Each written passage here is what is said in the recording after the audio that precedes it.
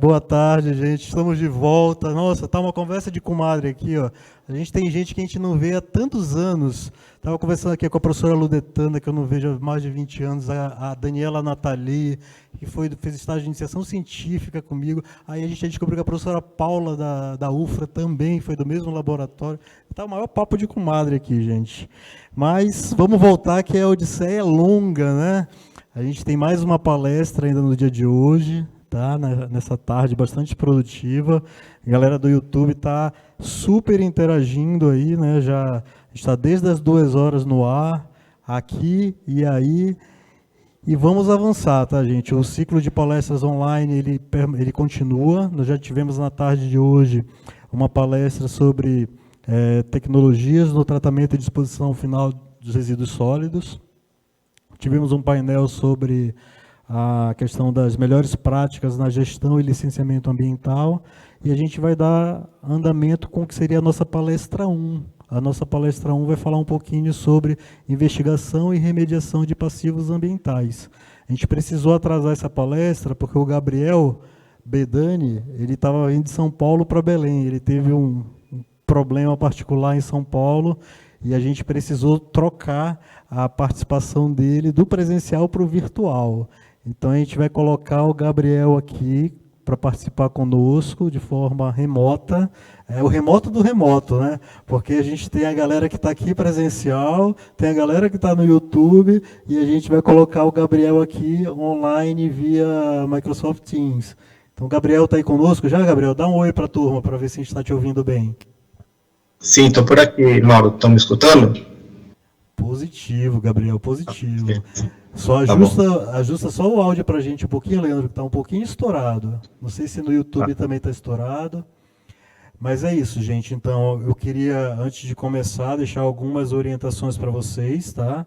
A gente vai encerrar o nosso evento agora às 18 horas, então a gente tem 50 minutos aí entre a fala do Gabriel e os nossos debates. Então, coloquem as perguntas no YouTube. A plateia que tiver perguntas vai já formulando.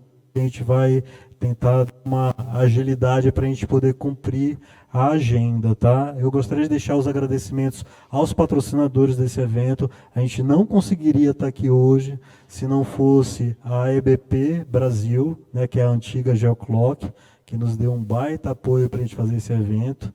Também a Guamá Tratamento de Resíduos está nos apoiando nessa missão.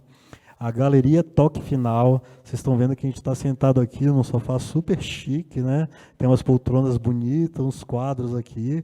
Então a Toque Final tem uma loja aqui em Belém, tem uma outra loja lá em Macapá, atende o Brasil todo via e-commerce, né? Os caras são chiques demais, né? E é só móvel top, assim. Quando tem Black Friday lá, sempre eu corro, porque é quando eu consigo, eu não tenho tanta grana assim, né? Mas eu gosto, é muito bonito, né? Olha esses quadros aqui atrás da Amazônia. Eu choro desconto com eles, choro. Então pode chorar. O Vitor é difícil, é melhor com a Dona Rose, né? A Dona Rose, ela tem o coração mais de mãe. O Vitor não, o Vitor tem o coração duro. Mas obrigado, tá, gente? Queria agradecer também o apoio institucional da SEMA de Barcarena, SEMA Belém. Agradecer toda a minha equipe que aguenta a minha chatice, a Maísa, a Bruna, a Mayra, que ajudaram a gente a colocar esse evento de pé, também a nossa equipe de fotofilmagem, transmissão, aqui o Leandro, com a equipe dele, aqui o Borges, eu estou chamando o Borges de Stuckert, porque vocês não estão vendo, ele é irmão do Ricardo Stuckert, que é um fotógrafo muito conhecido aí no Sudeste. Então a gente tem o nosso Stuckert paraense aqui, que está fazendo toda a cobertura do evento, tá, gente? Então, você já conhece a metodologia, tá? Mais para o final do evento, a gente vai colocar o QR Code para registrar a presença, tá? E também o link. Tanto o QR Code como o link leva para o Google Forms, que é onde vocês vão registrar a presença no evento. Vou dar já uma boa notícia desde agora, tá? A gente vai deixar esse material disponível até o dia 15 de março. Quem assistir as palestras até o dia 15 de março e preencher a lista de presença vai ter direito ao certificado. Então, pegue essa transmissão, compartilhe com os colegas de vocês. Quem perdeu por algum problema de agenda a palestra 1 ou o painel, vai poder assistir depois, tá? A gente vai sair do ao vivo e vai deixar ela gravada na íntegra no YouTube para vocês, tá? Então, todo mundo que assistir até o dia 15 de março, tá? Aí vocês vão poder ter direito ao certificado também. Então, sem mais delongas, eu vou passar a palavra para o Gabriel, tá? O Gabriel é um parceiro aí de negócios, né? A gente já vem há alguns 2 anos já, né, Gabriel? Nossa parceria tem uns 2 anos e que ela tenha muito mais tempo. A gente vem atendendo alguns projetos em parceria da indústria paraense, a Inovare com a EBP, e essa parceria está se estreitando, está crescendo cada vez mais.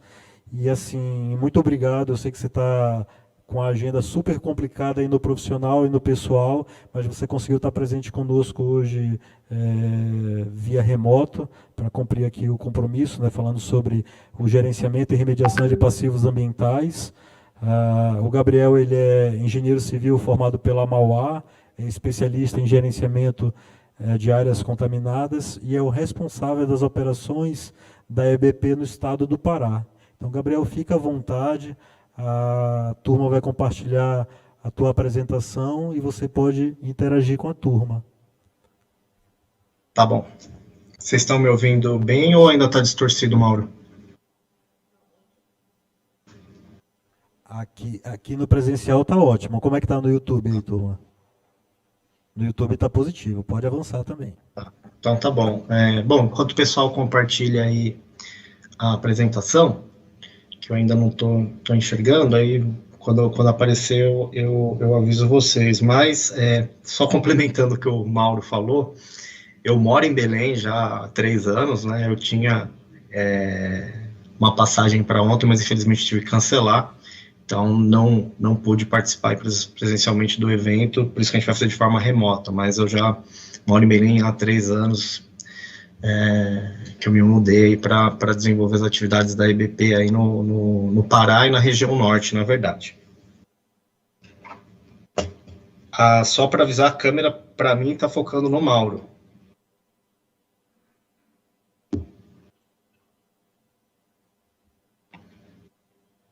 Eu não estou vendo a apresentação ainda, Mauro. Gabriel, eu também ainda não. Tá bom. Será que eu consigo compartilhar ela ou não?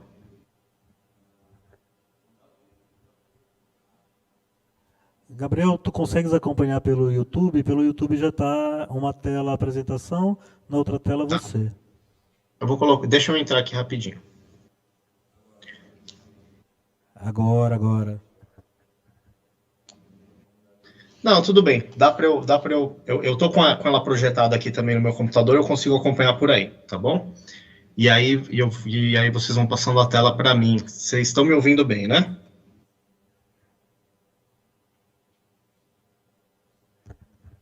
Mauro? Sim, pode avançar, Gabriel. Pode avançar. Tá com você a palavra. Sim, mas eu preciso que vocês vão passando a apresentação, tá? Então, eu sempre pedindo para vocês irem para a próxima tela. Ok. Então, a ideia aqui, gente, é fazer uma apresentação. Ela é bem breve, a gente pode discutir depois. É um tema bem extenso, né? Sobre gerenciamento de passivos ambientais, né? Então, a ideia é explicitar um pouco o que são os passivos ambientais, né? Em que situações que eles ocorrem, algumas definições, a metodologia, né, que existe atualmente para investigação desses passivos e reabilitação de áreas potencialmente poluidoras, né, e depois também trazer isso um pouquinho para o cenário aí eu vou falar de uma forma um pouco mais macro, né, pensando no Brasil como um todo, né, nos procedimentos que a gente tem nacional. E depois acho que a ideia da discussão é a gente trazer isso um pouco mais para o contexto da região norte, do Pará, né, que é onde a gente, principalmente do Pará, que é onde a gente tem algumas atividades nesse sentido. Pode passar para o próximo slide, por gentileza. Só para fazer uma breve apresentação da empresa, né, o Mauro já fez uma introdução, mas a EBP Brasil é uma empresa, a EBP, né, na verdade, é uma empresa com sede na Suíça, tá? A gente tem escritórios aí em Berlim, em Boston, também na China, no Chile, em São Paulo, Belo Horizonte e aqui em Belém, né? Aí em Belém, desculpa, estou em São Paulo. Aí em Belém, desde 2019, em Belo Horizonte a gente abriu escritório no ano passado, né? E a EBP adquiriu a Geoclock em 2014, se eu não me engano, né? A Geoclock é uma empresa que tem vasta experiência nessa área de passivo ambiental, mais de 40 anos, né? Então, hoje, a EBP virou uma marca global, né? E a gente atua em diversas áreas do meio ambiente, também nas áreas de energia, infraestrutura, transporte, né? Então, existe essa interconexão entre as sedes da EBP pelo mundo. Pode passar para o próximo slide, por gentileza.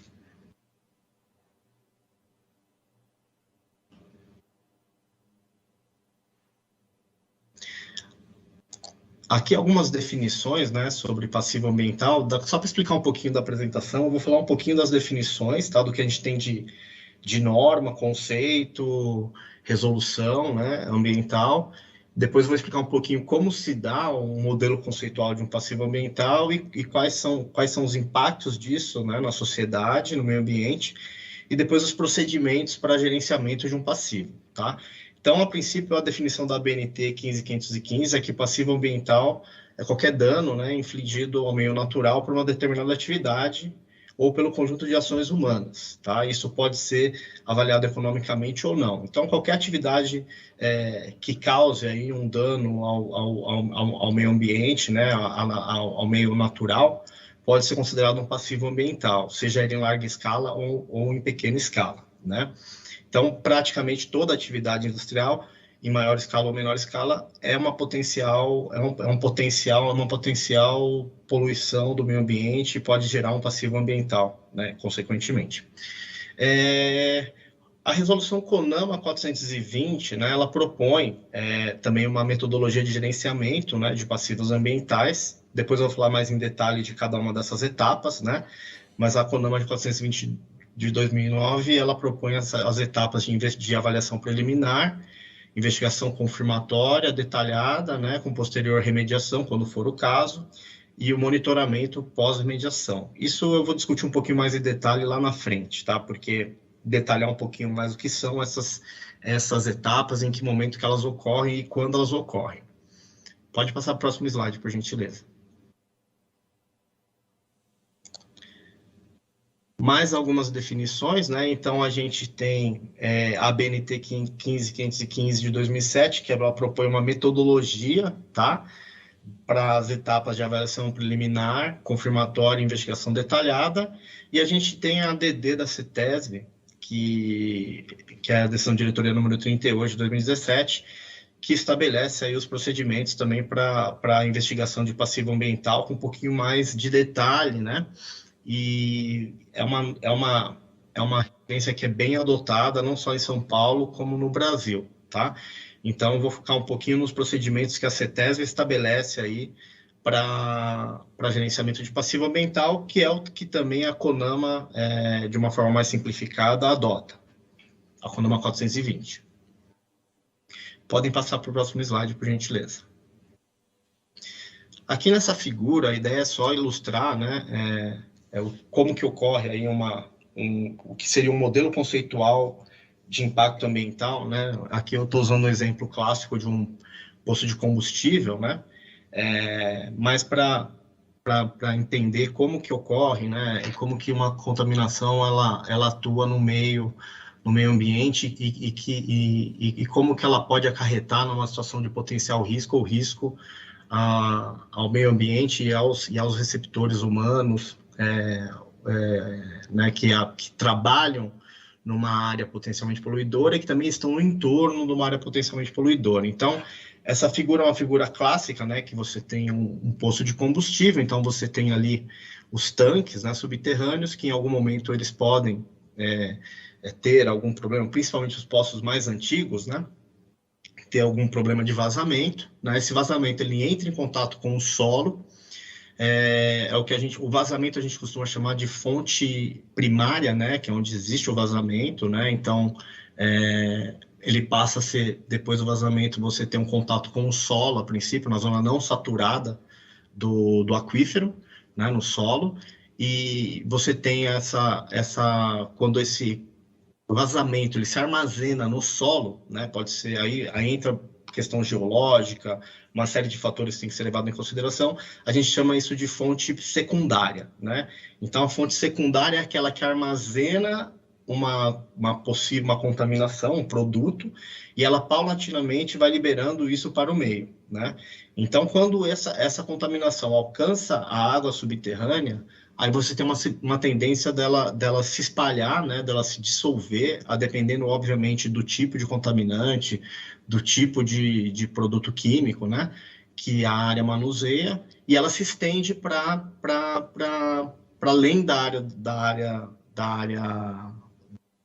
atividade comercial ou industrial para o terreno. Então, aí você tem um fenômeno que a gente chama de pluma, né, que é a pluma de uma contaminação dissolvida na água subterrânea. Por exemplo, em posto de gasolina é muito comum o composto benzeno, né? Então, essa pluma ela se espalha, provavelmente nem sempre além dos limites, né? Isso pode gerar, essa contaminação na água e no solo, pode gerar um risco aos habitantes do entorno e aos trabalhadores do posto de combustível, né? Então, você também tem liberação de vapores, né, que podem se acumular no contrapiso das casas no interior ou do próprio posto de combustível, no exemplo que a gente está dando aqui, e esses vapores podem acarretar numa situação de risco para as pessoas que trabalham ali e para as pessoas que residem no entorno, né? Quando eu falar das etapas de gerenciamento, você tem uma etapa que seria a avaliação de risco, né? Que é onde você calcula se as concentrações que você tem na água subterrânea podem causar uma situação de risco potencial aos receptores, né? Que seriam as pessoas que trabalham no entorno ou na indústria, né? Ou no caso aí no posto de gasolina. E também o impacto ao meio ambiente, né? Então, quando você contamina, por exemplo, esse aquífero, e aí é muito comum no interior, né? Nas cidades do interior, não só de São Paulo, como Brasil afora, normalmente você tem uma área potencialmente poluidora, e aí você tem ali a vizinhança que as pessoas usam, por exemplo, água de Poço Cacimba, né? Que é a água do aquífero livre, né? Então, pode ter o risco, sim, das pessoas virem a ingerir uma concentração. Então, você calcula qual concentração que a água pode ter na água, por exemplo, de benzeno, que pode causar uma situação de risco às pessoas que estão ingerindo essa água, né? Então, é sempre importante a gente diferenciar uma potencial situação de risco, né? Ou seja, eu tenho uma concentração na água subterrânea que pode acarretar num risco, né? E se esse risco se confirma, como esse risco se confirma? Se esses vapores estão ali no contrapiso, e se eu monitoro, por exemplo, o ar ambiente dentro lá da loja de conveniência e acusa essa concentração. Então, essa via de exposição se completa, tá? Porque em muitos casos, você não consegue remediar a contaminação. Então, você precisa mitigar e gerenciar o risco, tá? Isso pode ser bem aceito dentro dos órgãos ambientais, a depender do plano de intervenção que você propor para aquela área, que eu vou explicar um pouquinho melhor o que é o plano de intervenção nos outros slides. Pode passar para o próximo slide, por gentileza. Aqui é uma ilustração que eu peguei da fonte do IPT aqui, né? Eu sempre estou citando as fontes aqui no rodapé, tá, gente? Acho que é importante a gente ter esse tipo... Porque a gente tem muito material sobre esse assunto, né? E sempre eu procuro citar as fontes. Então, aqui só uma abordagem para a gente entender, né, o que uma área contaminada pode causar aí no desenvolvimento socioeconômico, imobiliário e etc. de uma determinada região, né? Então, você tem uma área contaminada. Então, primeiro, você tem ali o risco, né, à saúde humana, de pessoas, ou do ecossistema, ou do meio aquífero, né, dos compartimentos aquíferos, das reservas de água, né? Então, você tem essa situação, você tem essas potenciais situações de risco, de impacto ao meio ambiente. Você tem também, dependendo dos contaminantes, né, você pode ter um problema acarretar em problemas estruturais em edifícios vizinhos, né? É um pouco mais raro, mas isso pode acontecer dependendo do contaminante que você tiver na área. Você tem aí um risco, né, a segurança das pessoas que estão habitando aquela região e em torno, né?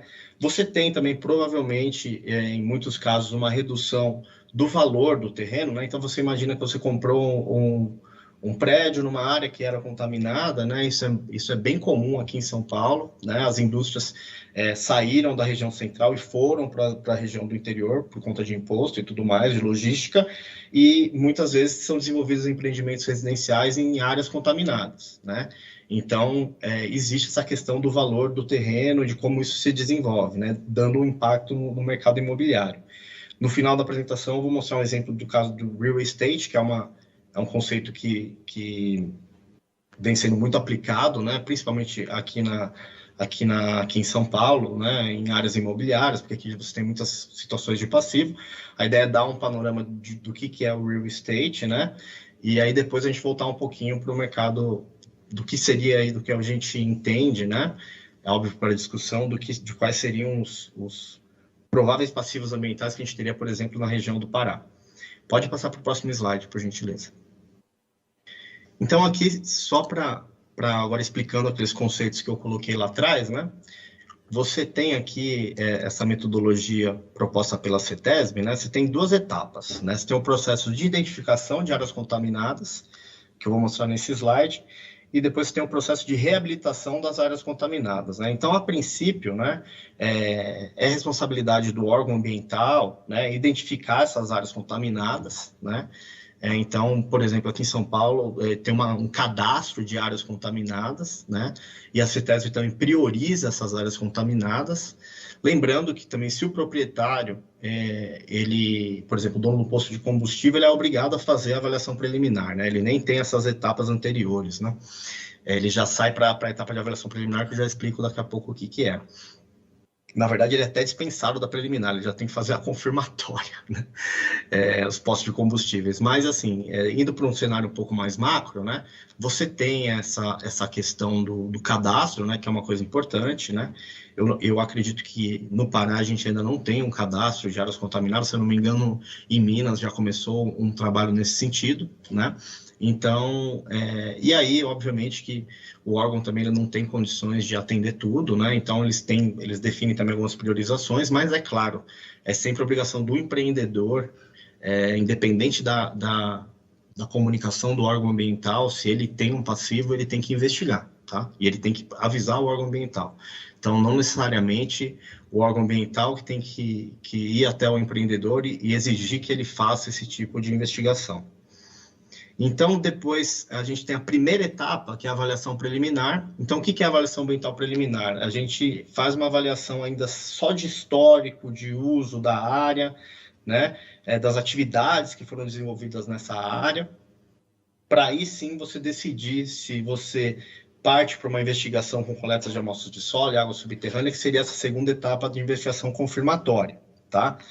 No caso, se você, nas metodologias que existem, né, você classifica as atividades na área como uma potencial poluidora ou suspeita de contaminação. Uma área suspeita de contaminação é aquela que você tem um risco evidente, assim, um risco não, desculpa, você tem uma evidência de que há um possível histórico de contaminação. Por exemplo, uma mancha no chão de produtos, né, ou por exemplo, faz a visita na área, verifica que tem estruturas danificadas, ou já teve incêndio na determinada área, então isso classifica a área como suspeita. Uma área potencial é uma área, por exemplo, onde tem um tanque lá de combustível, ele está numa bacia de contenção, não tem histórico de vazamento, mas ele é um potencial poluidor, tá? A CETESB, recentemente, a partir da lei de 2017, ela pede para investigar as duas citações, tá? Seja uma P ou uma S. A CONAMA, a BNT já vai direcionando mais para as áreas que são suspeitas. Então, existe aí uma boa prática de se investigar tanto as áreas potenciais como as áreas suspeitas. O que é a investigação, né? Na preliminar, a gente só foi lá, identificou, caracterizou essas áreas, e aí você faz um plano de investigação, né? Você define um primeiro modelo conceitual, que é aquela figura que eu mostrei para vocês lá atrás, e aí você faz um plano de investigação e você vai lá em campo coletar amostras de solo, de água subterrânea, de vapor, se for o caso, né, para confirmar se existe uma contaminação naquela área ou não. confirmando que existe uma contaminação naquela área, ou seja, você vai comparar essas análises com valores orientadores de referência nacionais e até internacionais, né?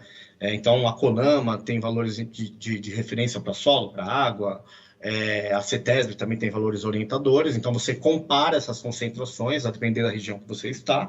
Normalmente, no Pará, a gente compara com os valores orientadores do CONAMA, tá? E aí você classifica se essa área é uma área contaminada ou não, né? Se as concentrações que você coletou em campo excedem as concentrações dos valores orientadores e de referência que você está usando, você tem que partir para a avaliação. Você vai classificar essa área como uma área contaminada sobre investigação, e aí você passa para a etapa de investigação detalhada. Na etapa de investigação detalhada, você vai caracterizar de forma mais acentuada a extensão dessa contaminação e vai também fazer a avaliação de risco. Ou seja, né, você vai delimitar essa contaminação, né, é uma etapa que normalmente ela dura um bom tempo, porque você pode ir evoluindo, né, no conhecimento da área ao longo dessa etapa, e aí você vai fazer a avaliação de risco para avaliar se tem um potencial risco ou não. Confirmado uma situação de risco, né, ou seja, você foi lá naquela área, existe um potencial risco, existe uma situação confirmada de risco, ou seja, por exemplo, a água está acima das concentrações de ingestão e naquela área se faz ingestão das águas, então você tem uma situação confirmada de risco. Se isso realmente acarreta um risco ou não é outra coisa. E aí, a partir do momento que você define uma área classificada com risco, você tem que elaborar o plano de intervenção. Então, o processo de identificação de áreas contaminadas, ele termina nessa investigação detalhada com avaliação de risco. Uma vez que você classificou a área como com risco, você tem que partir para o plano de intervenção, que eu vou explicar no próximo slide, que aí você tem algumas metodologias para a elaboração do plano de intervenção. Se você não confirmou esse risco depois de todas essas etapas, aí você entra no monitoramento para encerramento do caso. Tá? Lembrando que o encerramento do caso, quando você pleiteia isso ao órgão ambiental, ele pode ainda te dar uma devolutiva, ou seja, ele pode dizer, olha, sua investigação não contemplou tudo que precisava. Então, é muito comum, né, nessas etapas, você ter trocas de pareceres, né, entre o órgão ambiental para fazer adequações. Tá? Lembrando que, assim, essa área tem, se a gente olhar nos últimos 15, 20 anos, tem muita tecnologia que evoluiu, tem muitos contaminantes novos que estão surgindo, assim, muita coisa vem de fora do país, né? Inclusive de metodologia de investigação, por isso que a CETESB soltou essa decisão de diretoria em 2017, sendo um pouco mais rigorosa nos critérios aí de identificação de áreas contaminadas, que são essas etapas que eu passei para vocês. Vamos para o próximo slide, por gentileza. Então, aqui, depois que a gente tem uma contaminação confirmada na área, né, e com situação de risco, a gente parte para o plano de intervenção, tá? Então, você, por exemplo, aqui no caso da CETESB, e provavelmente fora de São Paulo, também faria um plano de intervenção, ou seja, como você vai intervir para mitigar ou remediar aquela situação, né? Então, essa etapa a gente chama de processo de reabilitação de áreas contaminadas. A princípio, a CETESB, ela divide em 3 grupos, né? Você tem as medidas de engenharia, né? E as medidas de remediação e as medidas de controle institucional. As medidas de engenharia são aquelas que você pode mitigar o risco, né? Através de uma forma construtiva. Então, por exemplo, a gente tem um risco numa área, vai ter um empreendimento que ele vai fazer escavação, né? Então, ele pode, durante essa escavação, remover esse solo e destinar. Isso pode entrar como uma medida de engenharia. Outro caso, o cara tem um projeto que ele vai escavar uma área e aquela área tem uma situação de risco, então ele propõe, em vez de fazer garagem subterrânea, onde ele confirmaria aquela situação de risco, fazer garagens elevadas, né? Ou, por exemplo, você tem um risco para uma área se for um ambiente fechado, aí o cara propõe fazer um estacionamento naquela área, impermeabilizar o piso, de forma que a contaminação não tenha contato com a área externa. Então, essas são medidas de engenharia, exemplos de medidas de engenharia, tá? Medidas de remediação, aí a gente entra num universo de recuperação mesmo, de atingir as metas de risco estabelecidas. Então, você tem, por exemplo, uma concentração numa área, de X ppb, por exemplo, e você tem que reduzir ela até o valor de risco calculado na avaliação de risco, para você atingir as metas de remediação, tá? E aí você tem diversas metas de remediação, diversas medidas de remediação, desde de bombeamento, termal, oxidação química, aí depende muito do contaminante, tá? É uma área bem ampla, tá?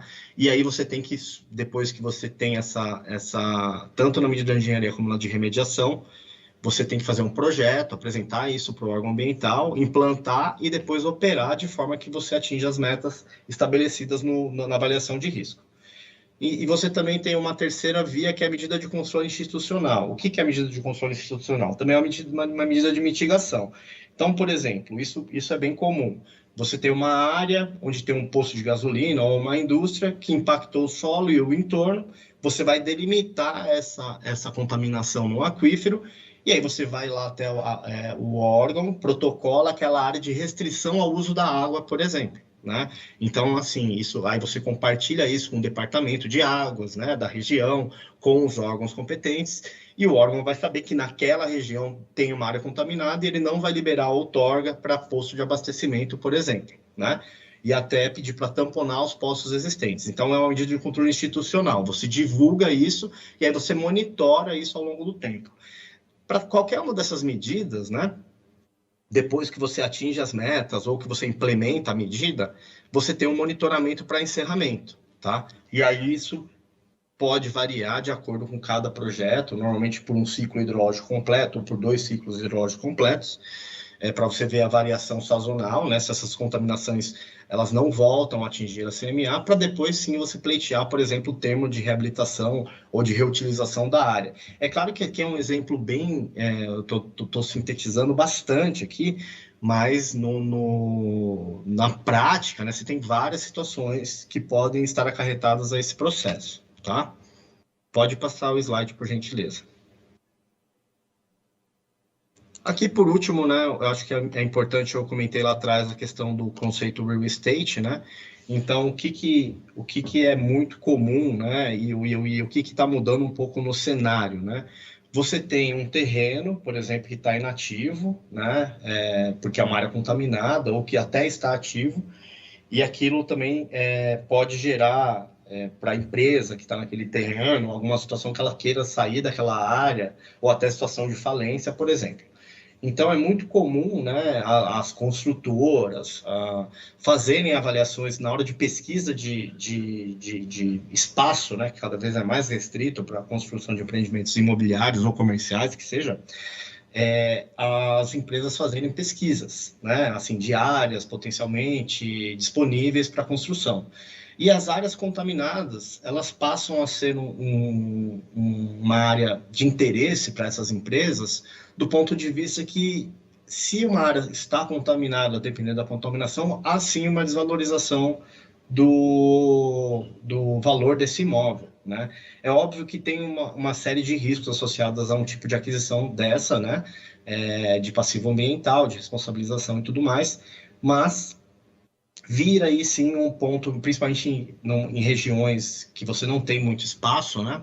Vira assim um ponto de interesse aí para o desenvolvimento do empreendimento imobiliário, onde for permitido na lei, obviamente, né? Ou comercial, que também é bem comum. E aí, nesse sentido, algumas empresas ambientais, isso a EBP, né, tem um projeto de desenvolvimento nesse sentido, você entrar como um parceiro dessas construtoras, né? Porque o que acontecia no passado, né? Então a construtora vai lá, avalia o terreno, faz uma proposta, ela contrata uma consultoria para fazer lá a investigação e a remediação daquela área.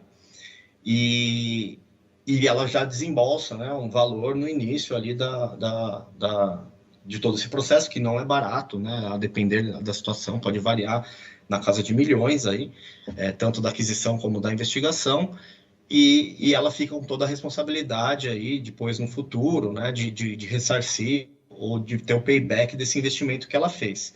Então, algumas empresas, e a gente tem projetos nesse sentido, né, a gente entra como um parceiro, né, dessas construtoras, né, assim, para também investir naquele terreno, na parte da remediação e de investigação desse terreno, de forma que ao final, né, ou seja, quando a construtora implantar um empreendimento e começar a ter os ganhos financeiros associados a esse investimento, também a gente começa no mesmo momento a ter também esse investimento de retorno, né?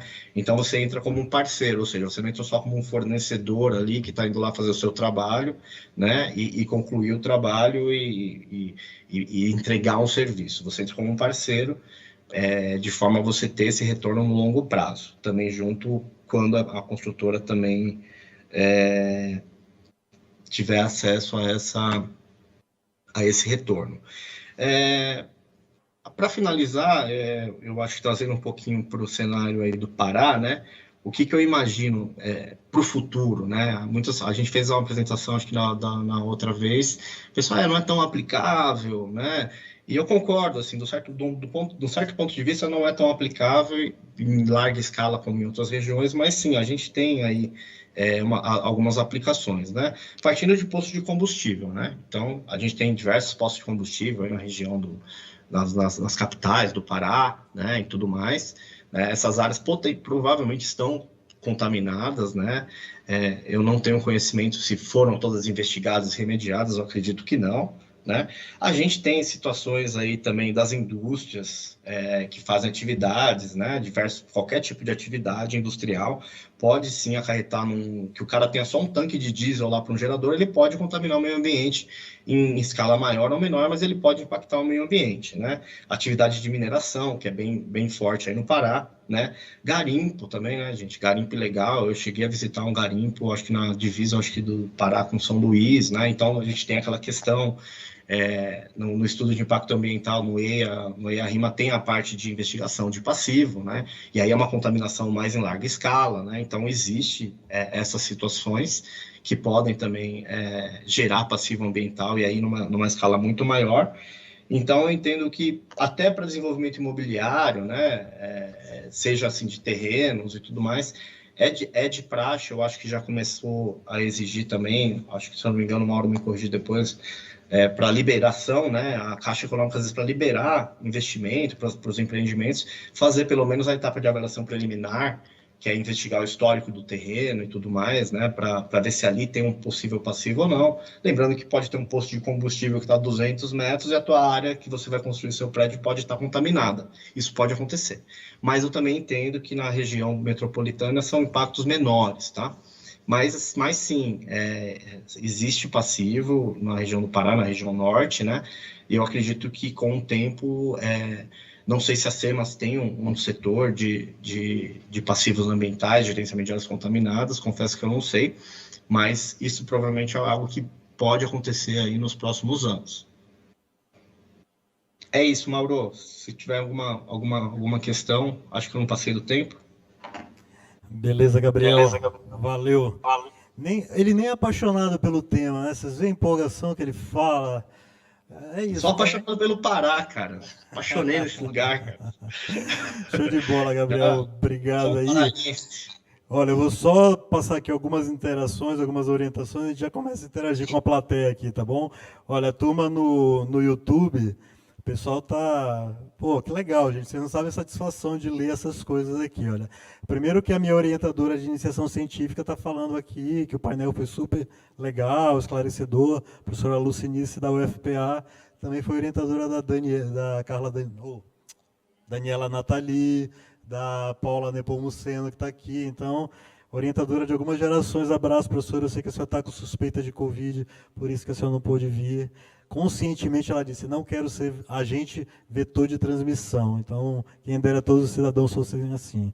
E aí, gente, eu estou lendo algumas mensagens aqui, o pessoal dizendo, nossa, que palestras legais, já está ficando gostinho, quero mais, pô, palestra maravilhosa, que é a Ivna, o André Maciel, a Débora dizendo que participou das nossas palestras em 2020, que já viu várias outras palestras nossas, que o nível está muito legal.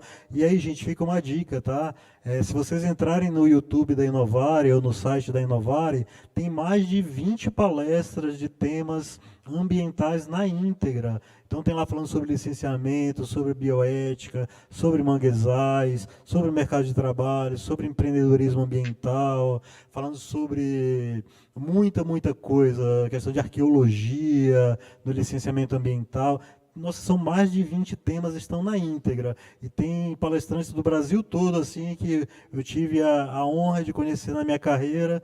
E durante a pandemia, que estava todo mundo preso, eu convidei para fazer palestras online. Então, esse evento de hoje, que é híbrido, ele nasceu como sendo um evento para servir de válvula de escape na época da pandemia, né? Então, começou antes do grande boom e a gente chegou a ter 1.200 pessoas online em um evento de gerenciamento de resíduos sólidos, em um outro de monitoramento ambiental nós tivemos 900, tivemos um sobre manguezais com a professora Clara, que tinham vários pesquisadores assim super renomados em toda a América Latina, a professora Cecília Amaral, Chefe Novelli, a Lucinice, a Flávia, então tem muito material lá, gente. Então, devorem, que é tudo grátis, né? É tudo contribuição desses profissionais de destaque no mercado, que deixam essas suas contribuições, assim como essas palestras de hoje. Vão ficar na íntegra, até à disposição de vocês, e até o dia 15, quem preencher o link vai poder receber o certificado por essas palestras, né? Então aqui tem várias interações, a gente tem ainda aqui uns 13 minutinhos, eu vou tentar pegar aqui algumas perguntas para o Gabriel. Se alguém tiver aqui pergunta já, Maísa, escreve aí quem tiver aqui no auditório com alguma pergunta, fazer uma pergunta do auditório e uma pergunta aqui da audiência. Tá? Gabriel, eu queria só deixar uma provocação aqui já para a SEMAD e para ti, né? A SEMAD lá em Barcarena tem atividade industrial grande, né, do polo do alumínio, as atividades portuárias, logísticas, de armazenagem. Então, eu creio que seja legal ter uma discussão aí entre vocês sobre o que já existe de cadastro, de regulamentação, de TR, de trabalho, de legislação, no polo industrial de Barcarena, que está aqui pertinho da gente, né, e que tu já tens alguma atividade. Eu vou até deixar para você comentar um pouquinho sobre isso, e a gente está aqui com o diretor de licenciamento ambiental lá da SEMAD de Barcarena.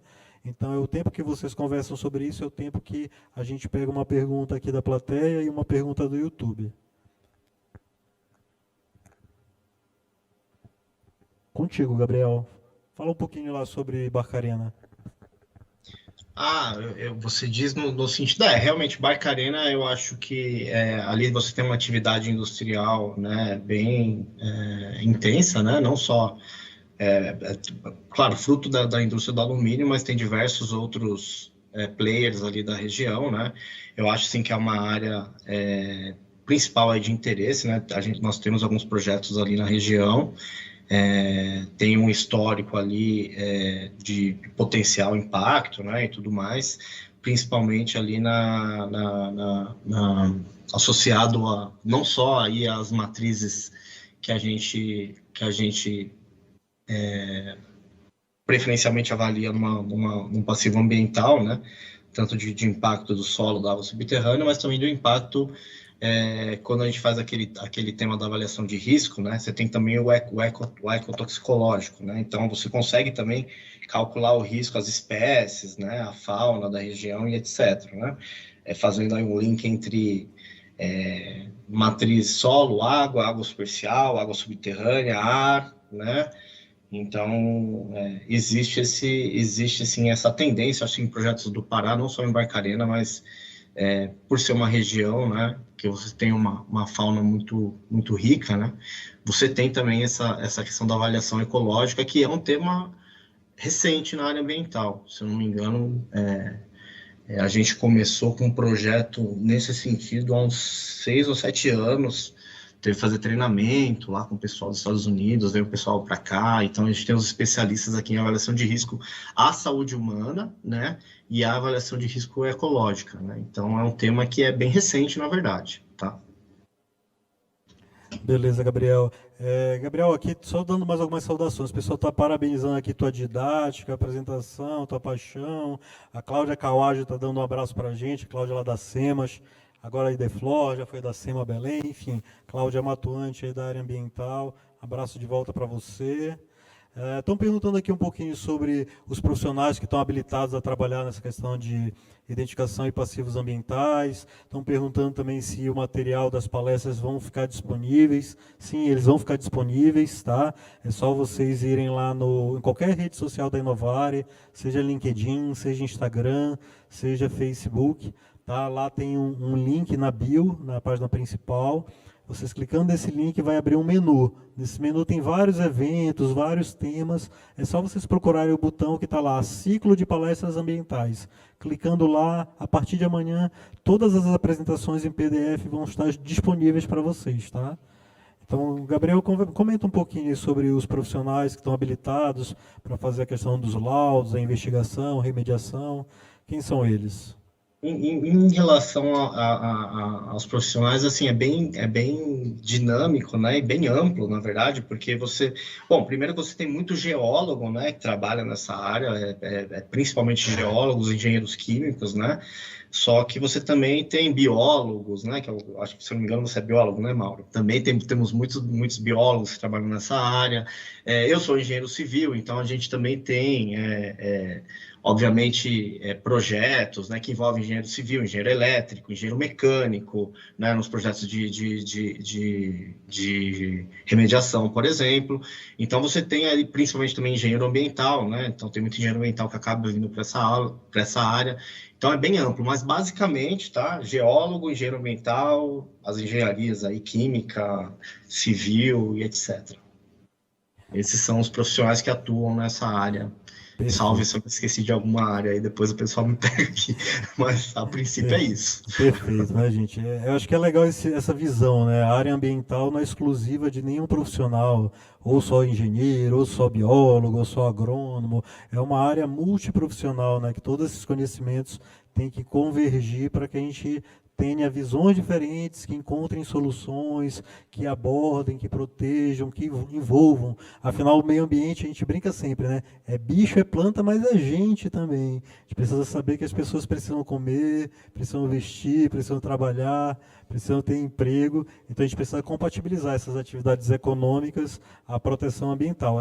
Essa é a chave da coisa, né? Esse é o nosso desafio diário, nós profissionais do meio ambiente. Maria Gomes também dando parabéns. A Maria Gomes, parabéns mesmo. Ela está abrindo uma consultoria ambiental. Ela veio há uns 2 meses para um treinamento conosco. É uma bióloga que está empreendendo em Mãe do Rio. Ela está dando oi aqui, está abrindo uma consultoria ambiental, vai empreender lá e sempre está participando dos nossos eventos. Então é legal a gente saber que a Inovare não tem medo de formar concorrente. A gente quer discutir um mercado que tenha um nível técnico bom, né? Porque o nosso compromisso é proteger o meio ambiente, compatibilizar as atividades econômicas. Gabriel, acho que a gente conversou um pouquinho, só para encerrar, sobre a questão de Belém, né? Belém, a gente não tem uma atividade industrial tão grande, né? São muito pontuais, a gente sabe exatamente os locais onde já existiram fábricas em Belém, boa parte delas foram para Barcarena, ou foram para o polo industrial ali de Ananindeua, enfim, em Belém a gente tem pouquíssimas fábricas, então a gente realmente não tem esse cadastro de áreas potencialmente contaminadas, como tem em São Paulo e outros estados onde a atividade industrial foi mais intensa, né? E hoje em dia essas áreas estão sendo ocupadas pelas cidades, pelos empreendimentos imobiliários. Mas realmente existe já essa demanda da Caixa Econômica de forma nacional, que a gente faça uma fase 1, uma fase 2, para poder liberar os financiamentos. Como é que tu orientas os empreendedores? Sempre é necessário fazer fase 1 e fase 2? Existe alguma possibilidade de discussão técnica com Caixa Econômica, com as construtoras, através das consultorias, para haver alguma flexibilização, para fazer uma calibração, né? Comparar o projeto A é diferente do projeto B, que é diferente do projeto C. Tem espaço técnico para essa discussão?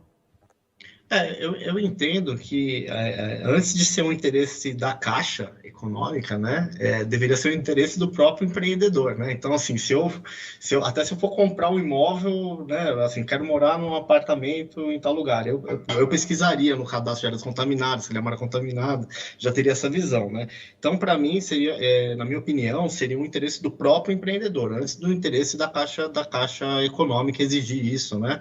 de alguma forma, né? Mas de ter esse olhar, né? Onde eu estou investindo o meu dinheiro, e também se você pode até usar isso na negociação como um ganho, né? Então, como você comentou, em Belém a gente não tem tanta área industrial, mas a gente tem bastante posto de gasolina, né? Posto de gasolina, posso te dar aí 100% de certeza que eles contaminaram, e às vezes a gente acha que é só na área do posto ali, não é não, tá? Vai longe, tá? Dispersa longe mesmo. Então, porque às vezes tem alguém bombeando lá do outro lado e está puxando essa contaminação. Então, eu partiria desse princípio, né? Eu acho que a avaliação preliminar, pelo menos a fase 1, Mauro, a fase 2 eu não vejo muito sentido, a não ser que a fase 1 te dê um indício, né? De que tem uma situação ali potencialmente poluidora e assim, depois você não ter mapeado essa situação. Então, até antes da avaliação preliminar, você tem alguns trabalhos que você pode fazer, né? Não fazer exatamente uma avaliação preliminar para protocolar nas SEMAS, etc. Acho que não nesse sentido, mas fazer essas avaliações, eu entendo que as construtoras já fazem isso de uma forma talvez não tão estruturada, mas elas já fazem esse tipo de avaliação na aquisição de um imóvel. Aqui tem um delay, eu estou acompanhando aqui pelo YouTube, porque o monitor está Ah, desligado. deu para ouvir? Deu sim, Gabriel. É que eu estou acompanhando você pelo YouTube, porque desligaram o meu monitor aqui. E no Ouça, YouTube tem um pequeno delay. Mas tá beleza, bom. deu para acompanhar sim. E a fala da Caixa Econômica é porque a gente viu que, por exemplo, o instrumento do licenciamento ambiental no Brasil, ele passou a ser uma realidade quando os agentes de fomento, né, que liberam financiamento, que permitem a implantação de alguns empreendimentos maiores, começaram a fazer essa exigência, né? Então, o Banco do Brasil, Caixa Econômica, BNDES e os bancos internacionais começaram pedindo que aqueles empreendimentos tivessem licença prévia para liberar um investimento, para depois poder avançar, para ter licença de instalação e licença de operação. E talvez tenha sido o grande vetor do crescimento do licenciamento ambiental no Brasil. E agora, os agentes internacionais eles têm pedido além do licenciamento, né? Têm pedido engajamento em ESG, atendimento de políticas e boas práticas internacionais. Então, a Caixa Econômica, de repente, está puxando aí o bonde, né, para trazer essa preocupação para a municipalidade, para os órgãos ambientais, para os empreendedores, para ter essa visão de se preocupar com investigar os passivos ambientais antes de fazer uma construção, antes de fazer uma aquisição, né, porque a gente sabe que é muito caro remediar, né? Então, essa questão da due diligence, da investigação, da análise prévia, que a gente dá nomes diversos dependendo se você está falando de ABNT, se você está falando de DDS, se você está falando de outro estado, são fundamentais essa preocupação realmente do passivo ambiental. A galera está perguntando aqui, né, sobre o link, o QR Code ainda está na tela, o link dessa palestra, que seria a palestra 1, está sendo, a última palestra já está disponível, a palestra 2, que foi a palestra sobre resíduos sólidos, nós disponibilizamos o link já, tá, durante a transmissão, e também o painel. Então, são 3 listas de presença, tá, gente? É uma lista de presença para cada um dos eventos, tá?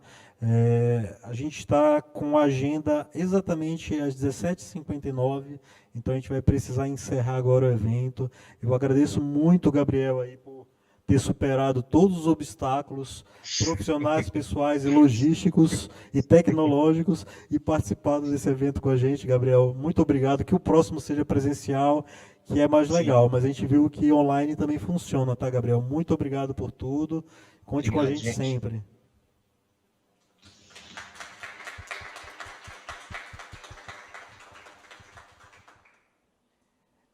E assim, gente, quem está acompanhando pelo YouTube, a gente vai encerrar o evento da parte mais técnica, tá? E quem está presencialmente aqui, a gente convida para que se desloque agora para a área do café, onde nós vamos ter um coquetel com um show da Lucinha Bastos, que é uma das maiores cantoras paraenses, e hoje ela também está de aniversário, então é aniversário duplo. É aniversário da Inovar Ambiental e é aniversário da Lucinha Bastos. Mas antes de encerrar, eu gostaria de convidar a minha equipe para sentar aqui comigo para tirar uma foto, né? Eu estou aqui do lado, olha, gente, se puderem abrir a câmera, aqui na minha esquerda, eu estou com a dona Rosilan, ela é a sócia fundadora da Inovare.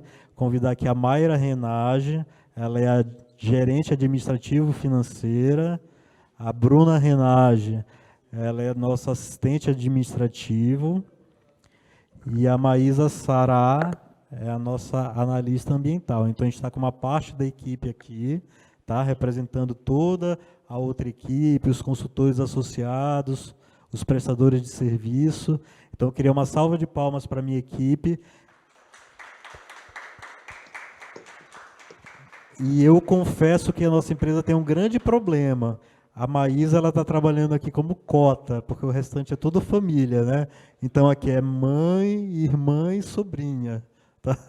Então o buraco é um pouquinho mais embaixo, a gente tem que se aturar em casa e no trabalho. Então muito obrigado por permitir esses 6 anos aí e que eles virem mais 60. Não, pode ser segunda geração, terceira geração. É isso aí, gente. Muito obrigado e vamos agora festejar.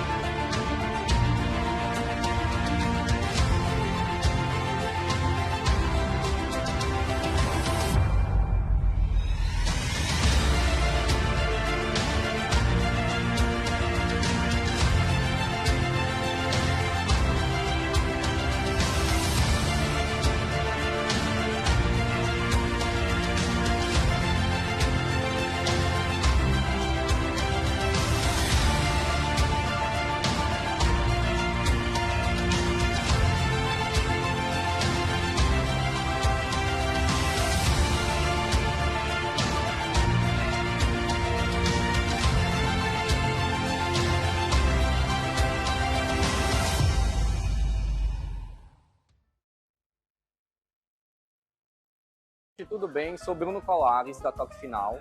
Vou apresentar para vocês o nosso stand aqui na Expo Casa. O stand chama Lençóis Maranhenses. A gente criou o projeto a partir do quadro dos lençóis. Então, todos os detalhes que envolvem o ambiente, desde o mobiliário, das cores, das texturas, a gente puxa através desse quadro. Esse quadro é da nossa galeria. Todo o mobiliário, as cortinas e iluminação são da nossa loja. Você encontra na Toque Final. O conceito foi valorizar as curvas. Então o sofá, ele tem as curvas das areias, dos